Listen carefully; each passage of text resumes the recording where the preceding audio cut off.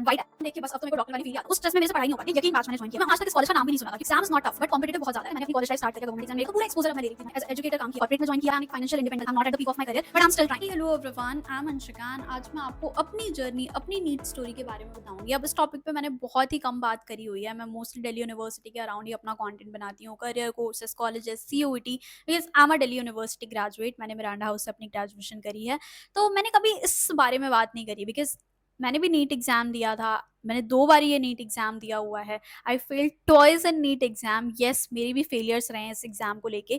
तो पहले तो मुझे लगता था कि बहुत हेट कमेंट्स मिलेंगे, ऐसे टाइप की वीडियोस मैं क्यों ही बनाऊं, बट मुझे लगता है मुझे शेयर करना चाहिए क्योंकि बहुत सारे पीसीबी स्टूडेंट हैं जो सेम जर्नी से जाते हैं। सबकी जर्नी ऑलमोस्ट सेम होती है। 20 लाख एस्पिरेंट अगर दे रहा है ये एग्जाम, 25, तो 1 लाख को कॉलेज मिलता है। बाकी एस्पिरेंट्स हैं वो कुछ ना कुछ तो कर रहे होते हैं, ड्रॉप ले रहे होते हैं, पार्शियल ड्रॉप ले रहे होते हैं। तो बहुत सारे लोग मुझसे शायद कनेक्ट कर पा रहे होंगे। तो मेरी जर्नी को शुरू से शुरू करते हैं। क्लास 10th में हमें दिखाया जाता है 3 करियर ऑप्शंस। भाई तूने ह्यूमैनिटीज ली है, ठीक है, यूपीएससी की तैयारी करो।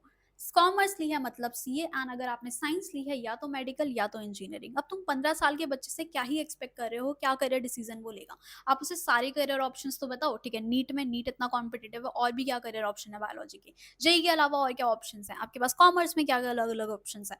तब तो बच्चा कहीं डिसाइड कर पा रहा होगा। At that time I was interested in science. Science and maths दोनों ही मेरा स्ट्रॉन्ग सब्जेक्ट था, एंड मुझे पढ़ना भी बहुत ज्यादा पसंद था। एंड साइंस में specifically chemistry subject was my favourite. तो मैंने डिसाइड किया था कि मैं साइंस स्ट्रीम लूंगी, एंड क्लास 10 में मेरे 96% थे, तो मुझे साइंस मिल भी गई थी। एंड वाइट एप्रॉन देख के बस अब तो मेरे को डॉक्टर वाली फील ही आती थी। फिर मैंने डिसाइड किया था कि मैं मेडिकल एंट्रेंस एग्जाम के लिए प्रिपेयर करूंगी, नीट एग्जाम। बट यार यहाँ पे यही प्रॉब्लम है, लाइकिंग का सब्जेक्ट डजंट मीन कि आप, ठीक है, आपने साइंस पढ़ा, आपको बायोलॉजी पसंद है, केमिस्ट्री पसंद है। नीट के बाद की life is the actual life, जहाँ पे आपको पेशेंस के साथ हैंडल करना है एंड वहाँ उस माहौल में रहना है। तो वो मैंने नहीं सोचा। मैंने सिर्फ सब्जेक्ट के बेसिस पे अपनी स्ट्रीम एंड अपना करियर डिसाइड कर लिया था। सो आगे हमारी क्लासेस शुरू हो गई थी। क्लास 11th एंड 12th दोनों मैंने सेल्फ प्रिपेयर किया है with regular schooling. I am a KV student. तो नीट की जो प्रिपरेशन थी वो मैंने यूट्यूब से किया था, ठीक है। तो यूट्यूब पे जो नीट वाले लेक्चर्स थे plus NCERT and practice book थी, उसके थ्रू मैंने अपना क्लास 12th के साथ में पहला अटेम्प्ट दिया था। एंड आई स्कोर डिसेंट, ठीक है। Obviously that was not my best attempt क्योंकि 12th के साथ में मैंने मेजरली 12th पे फोकस किया था, एंड 11th उतने अच्छे से रिवाइज नहीं की थी। मैं वीकेंड पे रिवाइज करती थी, मतलब लाइक पूरे वीक मैंने 12th किया अच्छे से, एंड बस वीकेंड में मैंने थोड़ी बहुत 11th रिवाइज कर ली। तो 11th का पोर्शन उतना अच्छे से मेरा नहीं कवर था, बट 12th मैंने अच्छे से करी थी। बाकी बोर्ड्स में भी मेरे अच्छे थे, एंड बाकी अदर एग्जाम्स भी मेरे अच्छे गए हुए थे। तो मैंने बैकअप के लिए सारे एग्जाम्स दिए थे उस पर्टिकुलर ईयर में। मैंने एनफैट का एग्जाम दिया था, यूसेट का एग्जाम था, बाकी मेरा बीएचयू का एग्जाम था। तो सारी ही अलग अलग एग्जाम्स थे जो मैंने अपियर किए थे, एंड नीट के अलावा मेरा सारा अच्छा गया था। 11th का भी पोर्शन अच्छा खासा होता है नीट के एग्जाम में। तो वो पर्टिकुलर एग्जाम छोड़ के बाकी एग्जाम्स मेरे बहुत अच्छे हुए थे क्योंकि 12th वाला पोर्शन मेरा काफी अच्छा था। तो वहां से अब मेरे पास ऑप्शन ये था, फुल ड्रॉप लूं नीट के लिए या फिर मैं पार्शियल ड्रॉप लूं। तो I went with partial drop. मैंने दिल्ली यूनिवर्सिटी की काउंसलिंग अटेंड करी थी। तो उस टाइम पे अब मुझे कोर्सेज डिसाइड करने थे कि मैंने कोर्सेज कैसे रखने हैं, क्योंकि रेफरेंस शीट पे जैसे मैं अभी आप लोगों को गाइड करती हूँ ना, तो सेम मैंने अपने लिए भी डिसाइड किया था कि नीट के लिए, पार्शियल ड्रॉप के लिए कौन सा कोर्स अच्छा होगा, क्योंकि मुझे पता था कि मुझे पार्शियल ड्रॉप में जाना है। अब zoology honours, botany honours and chemistry honours 3 courses थे। फिर मुझे पता लगा कि केमिस्ट्री ऑनर्स मैं नहीं कर सकती। I was not eligible for chemistry honours, जो मेरा फेवरेट सब्जेक्ट था उसी के लिए मैं एलिजिबल नहीं थी। देन बीएससी लाइफ साइंसेस में हम केमिस्ट्री पढ़ते हैं, तो मैंने सोचा कि चलो तीनों सब्जेक्ट हैं और वो भी तीनों कॉमन है। लाइफ साइंसेस में आप बॉटनी, जोलॉजी एंड केमिस्ट्री पढ़ते हो जो आपके नीट के ही सब्जेक्ट्स होते हैं।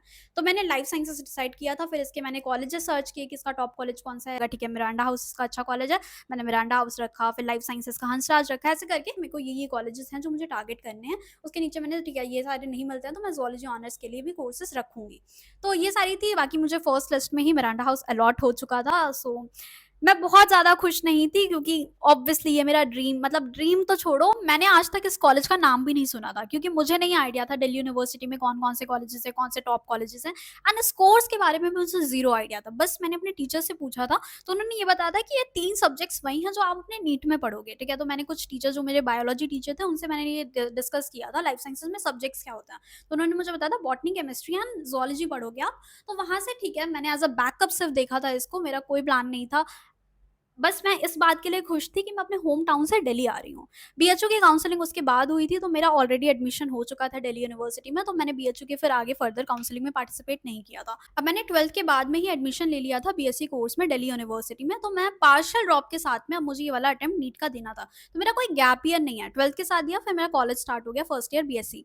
तो ये मैंने अपने से ही मैंने ये डिसीजन लिया था कि मैं पार्शियल ड्रॉप के लिए जाऊंगी, क्योंकि फुल ड्रॉप मैं ऐसी इंसान हूँ ना, मेरे को बहुत नेगेटिव थॉट्स आते हैं, उस स्ट्रेस में मेरे से पढ़ाई नहीं हो पाती। भले ही मैं बीएससी की फाइल लिख लूँ, बट मैं जो सोच-सोच के अपना समय बर्बाद करती ना कि यार इस बार भी नहीं हुआ, मेरा कंप्लीट ड्रॉप, मेरा ईयर वेस्ट हो जाएगा, कुछ नहीं किया, फिर नेक्स्ट ईयर कौन-सा कोर्स, तो वो सारी दिमाग में मुझे चीज़ें नहीं रखनी थी, मैं एकदम फ्री माइंड से प्रिपरेशन करना चाहती थी। मुझे वो जो नेगेटिव थॉट्स हैं उसको हटाने थे। तो इसलिए मैंने अपना BSc as a backup course रखा था। अब ये पर्सन टू पर्सन वेरी कर सकता है, ये मेरी पर्सनल प्रॉब्लम है, ये मुझे लगता है, मेरे ओपिनियंस हैं ये कि मैं ओवरथिंकिंग ज़्यादा करती हूँ, तो मैं शायद उसमें ज़्यादा टाइम वेस्ट करूँ। बाकी ये अपना अलग हो सकता है, अगर आपको लगता है कि फुल ड्रॉप, तो definitely you should go for full drop. अगर आप लगता है कि आपको पार्शियल ड्रॉप, अपने ऊपर है, मतलब अपना इवैल्यूएट करो कि आप किस टाइप के पर्सन हो, ठीक है, उस बेसिस पे। तो हाँ, मैंने अपना पार्शियल ड्रॉप लिया। अब फर्स्ट ईयर में मैंने ना कोई दिल्ली यूनिवर्सिटी में फेस्ट अटेंड किया, ना मैंने अपने फ्रेशर्स अटेंड करी, क्लासेस भी मैं बहुत कम अटेंड किया है मैंने। मैं मोस्टली लाइब्रेरी ज्वाइन करी हुई थी, एंड मैं अपना नीट के लिए यकीन बैच मैंने ज्वाइन किया। मैं ऑनलाइन ही प्रिपेयर करी थी पीडब्ल्यू के यकीन बैच से, मैंने ऑफलाइन दिल्ली में कोई कोचिंग ज्वाइन नहीं करी थी, क्योंकि अब कॉलेज अटेंडेंस अगर मैंडेटरी हो जाती तो थोड़ा प्रॉब्लम है, एकदम से इतनी फीस लगा दूँ ऑफलाइन में और फिर मैं अटेंड भी ना कर पाऊँ, तो उसका कुछ बेनिफिट मुझे लगा नहीं। तो मैं ऑनलाइन, मेरा सही जा रहा था सब कुछ। फर्स्ट सेमेस्टर में कुछ भी प्रॉब्लम नहीं हुई, 1-2 ही क्लासेस मैंने ली होंगी, थ्योरी क्लासेस तो मैं लेती ही नहीं थी।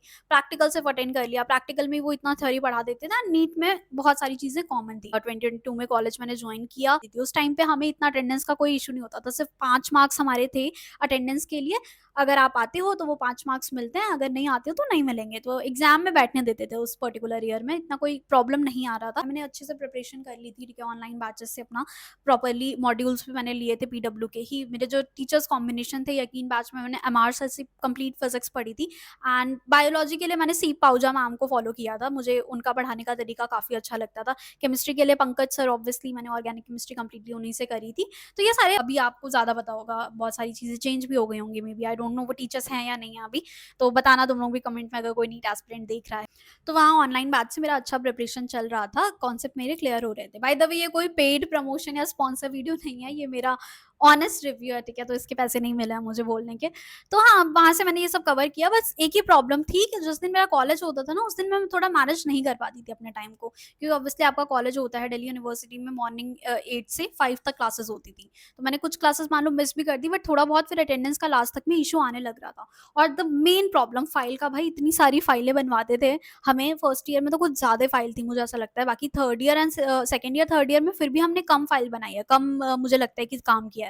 बट फर्स्ट ईयर में बहुत ज़्यादा काम है, क्योंकि डाइवर्सिटी वाला चैप्टर था, वो सारी बाकी चीज़ें कॉमन थी, ऐसा मुझे कुछ बर्डन नहीं लगा, ठीक है। सिलेबस वाइज लाइफ साइंसेस में वही चीज़ें मैं पढ़ रही थी। नीट की वजह से इनफैक्ट मुझे काफ़ी आसान लगता था, मेरे नीट के कॉन्सेप्ट अच्छे से क्लियर थे, तो मुझे उसमें स्कोर करने में कोई प्रॉब्लम नहीं थी। इनफैक्ट मेरे बीएससी के फर्स्ट सेमेस्टर 9 सीजीपीए थी, this all because of NEET, क्योंकि मैंने नीट के लिए पढ़ा था।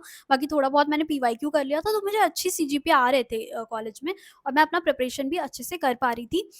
जब अटेंडेंस वाला इश्यू आता था तो मैं क्लासेस ले लेती थी, और उस टाइम पे थोड़ा-सा हैम्पर होता था मेरा नीट का स्टडी, मैं मैनेज कर रही थी ओवरऑल। फिर मैंने नीट का अटेम्प्ट दिया अपना, मैंने इतनी मेहनत करी थी, इतनी चीज़ें एग्ज़ाम टाइम पे, वो उस पर्टिकुलर ईयर का बायोलॉजी का पेपर बहुत लंबा था। यूजुअल टाइम से मुझे बहुत ज़्यादा टाइम लग गया बायो का पेपर सॉल्व करने में, वो सारा रिव्यू मैंने डाला हुआ है, यू गाइज़ कैन चेक, ठीक है, चैनल पे ही हैं वो, अभी भी वीडियोज़ लाइव हैं।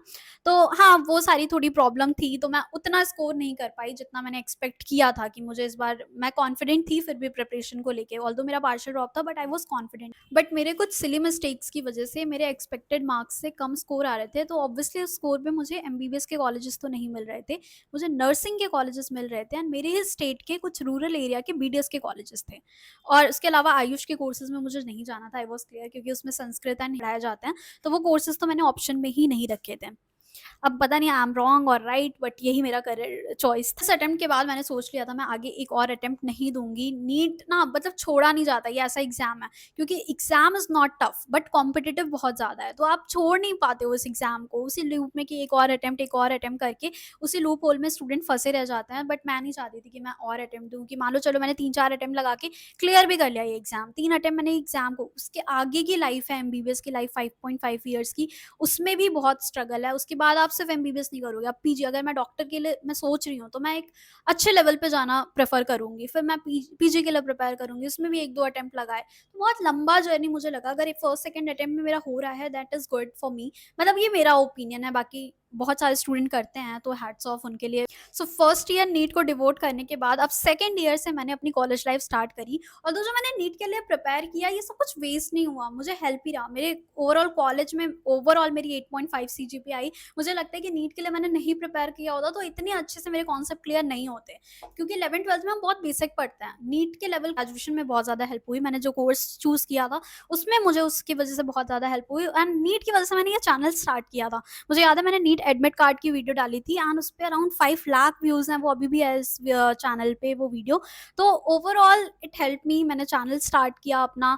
फिर सेकेंड ईयर में अब मैंने एक्सपोजर देखा, क्योंकि Delhi university is known for its exposure, तो मैंने सोसाइटीज ज्वाइन करी, मैंने इंटरव्यूज दिए, मैंने अपनी कम्युनिकेशन स्किल्स पे काम किया, एंड मैं अब सोच रही थी कि अब मैं और क्या कर सकती हूँ, मतलब आगे मैं क्या करियर ऑप्शन, तो मैंने सारे करियर ऑप्शंस एक्सप्लोर करना स्टार्ट कर दिए, बट फिर भी मेरे दिमाग में उतना कुछ था नहीं। बाकी सेकेंड ईयर में मुझे कुछ लोगों ने सजेस्ट किया गवर्नमेंट एग्जाम, मेरे काफ़ी सारे फ्रेंड्स भी प्रिपेयर कर रहे थे, बट मैंने सिलेबस पैटर्न एंड चीज़ें देखी, मुझे समझ में आ गया ये भी नीट जैसा ही है कुछ, कि आप अटेम्प्ट दे रहे हो, प्रिपरेशन कर रहे हो, एंड नहीं हुआ तो फिर कुछ भी नहीं मिलेगा, हो गया तो फिर बहुत ही अच्छी लाइफ है। तो मैं ऐसे एग्जाम में नहीं जाना चाहती थी कि मैं सिर्फ प्रिपरेशन टाइम मेरा जिसमें कुछ यूटिलाइज नहीं हो रहा, तो मैंने वो सारी चीज़ें भी फिर नहीं देखी। फिर मेरे कॉलेज के साथ में मैंने बहुत एक्सपोजर पे ध्यान दिया, मार्केटिंग हेड काम किया मैंने कॉलेज में। बाकी फिर थर्ड ईयर के सब्जेक्ट्स बहुत अच्छे थे, आई हैड बायोटेक्नोलॉजी, तो वो काफ़ी इंटरेस्टिंग, प्रैक्टिकल्स वगैरह बहुत अच्छे थे, हमने पीसीआर मशीन, मिरांडा का काफ़ी अच्छा लैब वगैरह था, तो काफ़ी अच्छा एक्सपोजर मिला। फिर इवेंट्स में मैंने पार्टिसिपेट करना स्टार्ट कर दिया, इंटर कॉलेज कॉम्पिटिशन्स में पार्टिसिपेट करना, तो पूरा एक्सपोजर अब मैं ले रही थी। जो एक साल मैंने कुछ भी नहीं किया था, वो 2 साल में मैंने बहुत एक्सपोजर लिया, सारे सोसाइटी, सारी इवेंट ऑर्गेनाइज करना एंड एवरीथिंग हम मैनेज कर रहे थे एंड सीख भी रहे थे साथ साथ में। अब थर्ड ईयर में मेरी इंटर्नशिप लगती है अनअकैडमी में, एंड ओ माय गॉड, वो मेरे लाइफ का टर्निंग पॉइंट था। अभी तक ठीक है, यूट्यूब में मैंने नीट की प्रिपरेशन वीडियोस नहीं पोस्ट करी हैं, सीओटी रिलेटेड मैं ज़्यादा कंटेंट बनाती थी, दिल्ली यूनिवर्सिटी एंड यही सारे जो अभी भी कंटेंट है मेरा। तो इन सब से अराउंड मेरे 10K सब्सक्राइबर हो गए थे, एंड मेरी पहली यूट्यूब पेमेंट आई थी 2023 में, and I was so happy, wow कुछ अर्निंग शुरू हो गई है। कॉलेज के टाइम पे हमें अर्न करना स्टार्ट करना था। फिर मैंने थर्ड ईयर में, जैसे मैंने बताया, मेरी इंटर्नशिप लगी थी अनअकैडमी में, मैंने एज एजुकेटर काम किया अनअकैडमी में, प्रॉपर क्लासेस ली थी, एंड वहाँ पे जो मेरा पे था वो पर क्लास की बेसिस पे था, मतलब अराउंड 700 मुझे पर क्लास मिलते थे। 1 घंटे की क्लास लेनी है तो वो पे स्केल उस हिसाब से, अगर आप एक क्लास ले रहे हो, महीने में जितनी क्लास लोगे उस हिसाब से आपको पे मिलता था। तो ये मेरे लिए बहुत अच्छा था कि मैं कॉलेज के साथ में अर्न कर पा रही थी, साथ साथ में चीज़ें मेरी चल रही थी, मैं अपने फाइनेंसेस खुद मैनेज कर पा रही थी, क्योंकि ड्यू का भी, पीजी वगैरह का एक्सपेंस बहुत ज़्यादा था, और मुझे स्कॉलरशिप भी मिल रखी थी अपने कॉलेज में, तो मेरी फीस की भी मुझे टेंशन नहीं थी। तो आई वाज हैप्पी कि यार नीट की वजह से, चलो नीट नहीं हुआ बट बहुत सारी चीज़ें कनेक्ट कर गई, शायद मेरे नीट्स के कॉन्सेप्ट अच्छे थे, इस वजह से मैं अनअकैडमी पे भी अच्छा कर पा रही थी। तो वो सारे डॉट्स मेरे कनेक्ट हो रहे थे, and I was so happy कि चलो वो नहीं हुआ बट उसकी वजह से कुछ तो अच्छा मुझे मिल रहा है। I was able to earn. Earning के साथ साथ में इन 2 सालों में, सेकेंड ईयर थर्ड ईयर में, मैंने बहुत सारी चीज़ें सीखी, स्किल्स पे काम किया, एंड मैंने जो सोसाइटीज़ में पार्ट लिया था वो भी बहुत अच्छी सोसाइटीज़ थी। मैंने ECIL, Miranda house, like ECIL, इनैक्टस, ये सारी बहुत अच्छी सोसाइटीज़ हैं, तो वहाँ पे मुझे मिनी कॉर्पोरेट एक्सपोजर मिल रहा था, एंड वहाँ से मुझे पता लगा कि एमबीए भी एक ऑप्शन है, कॉर्पोरेट में भी हम जा सकते हैं, नहीं फ़र्क पड़ता कि आपका बैकग्राउंड क्या है, क्या चीज़ें हैं, स्किल्स पे काम करोगे तो आपको चीज़ें मिल जाएंगी। फिर मुझे रियलाइज़ हुआ कि यार स्किल्स पे काम कर, मैं स्किल्स के लिए अलग से वीडियो बना दूंगी, इफ़ यू गाइज वांट, तो वो अलग से मैं चीज़ें कवर कर दूंगी। फिर वहाँ से कॉलेज खत्म हुआ, I graduated with 8.5 CGPA, and एक अच्छा सा यूट्यूब चैनल भी मुझे मिला कॉलेज की वजह से, एंड ओवरऑल ये पूरी जर्नी की वजह से बहुत सारे लोग मुझसे जुड़ गए ये चैनल पे भी, एंड अच्छा चल रहा था सब कुछ। फिर मैंने कॉर्पोरेट में ज्वाइन कर लिया, क्योंकि इतनी सारी चीज़ें करी हुई थी कॉलेज में, तो थोड़ा सा कॉन्फिडेंस आ गया था, कॉर्पोरेट में ज्वाइन किया, सेम कंपनी में जिसमें मैंने इंटर्नशिप करी थी, वो वाली सारी वीडियोस चैनल पे ही हैं। तो कॉलेज सोसाइटीज़ ने काफ़ी अच्छा एक्सपोजर दिया था, इंटरव्यूज़ वगैरह कॉलेज सोसाइटी के लिए भी होते हैं, तो यहाँ पे भी इंटरव्यू में काफ़ी हेल्प मिल गई थी उन सभी चीज़ों की वजह से, and as a marketing head वो सारी चीज़ें मैंने काम करी थी, तो मेरा प्रोफाइल अच्छा बन गया था ओवरऑल। तो उसमें फिर अब मैं कॉर्पोरेट में आ गई, तो मुझे समझ में, अब मैंने ये चीज़ करके देखी कि हाँ, मेरे को कॉर्पोरेट सही लग रहा है, बट इस पोजीशन पे नहीं, अगर मुझे इससे बेटर पोजीशन पे जाना है तो मुझे पढ़ना पड़ेगा उसके लिए। मैं आगे फर्दर मैंने एमबीए का प्लान किया, सो दैट जिस पोजीशन पे हूँ मैं अभी, उससे एक बेटर पोजीशन पे जा सकूँ, एंड एक अच्छी नॉलेज भी मिल रही हो मुझे मुझे कॉर्पोरेट की, मैंने चीज़ें करके भी देख ली।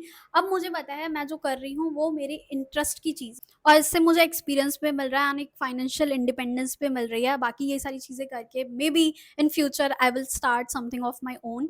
बाकी अभी तक का तो यही प्लान है, लेट्स सी कि कैसे होता है आगे। आई एम नॉट येट सक्सेसफुल, मुझे और भी बहुत सारी चीज़ें अभी अचीव करनी है। आई am not at the peak of my career, but I am still trying and चीज़ें हो जाएंगी यार। Just believe in God and सब कुछ हो जाएगा।